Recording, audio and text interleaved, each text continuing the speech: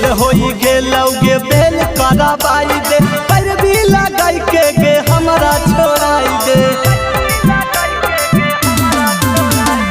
जेल होई गेलौगे बेल कराबाई दे, पैरवी लगाई के गे हमरा छोड़ाई दे। रिहा करे के बदले में पैसा मांगे 6000 गे छौरी, छोड़े के बदले में पैसा मांगे 6000 गे छौरी। रजौली बॉर्डर पर धर ले तो 112 गे छौरी, जामुई बॉर्डर पर धर ले तो